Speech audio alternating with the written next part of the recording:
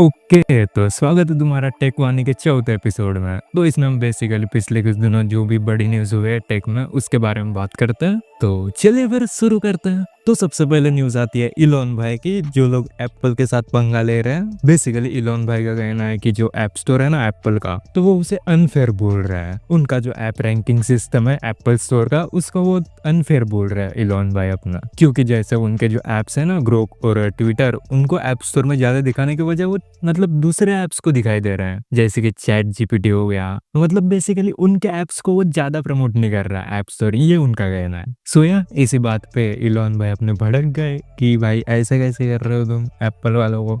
और एप्पल वाले भी अच्छा ऐसी बात है क्या, गलत बात है तुम्हारी, ठीक है।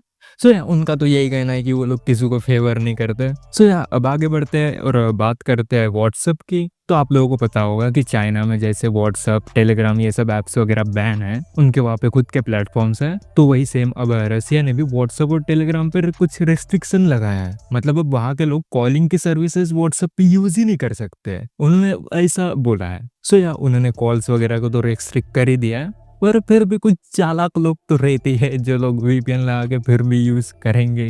अब इसके बाद हम बात करते हैं आईफोन 17 की, जहाँ पे माना जा रहा है कि उसका स्टार्टिंग वारंटी 256 GB से चालू होने वाला है। मतलब ना ही 128, सीधा 256। और ये भी कहा जा रहा है कि जो आईफोन 17 आएगा वो $50 महंगा होगा पुराने वेरिएंट से, मतलब 16 वाले से। मतलब कुछ 4,500 पकड़ लो। सो या अब आगे बढ़ते हैं और बात करते हैं परप्लेक्सिटी की, जिन्होंने तो भाई बम भी गिरा दिया।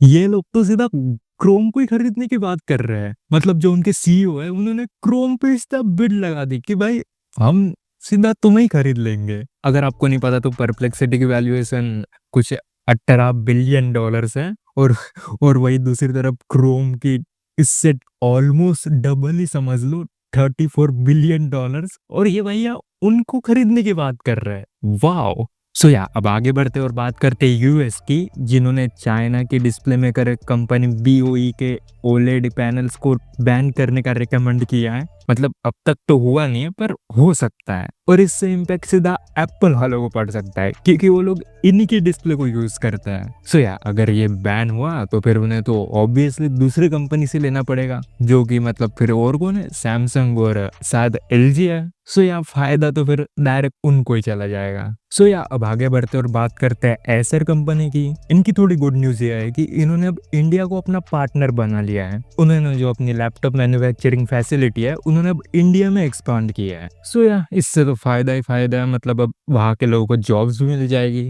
वैसे पुडुचेरी में ये फैसिलिटी बनाई है। सो या यही थी पिछले कुछ दिनों की बड़ी न्यूज। सो मिलता हूँ मैं तुम्हें किसी नई वीडियो में, तब तक के लिए बाय बाय।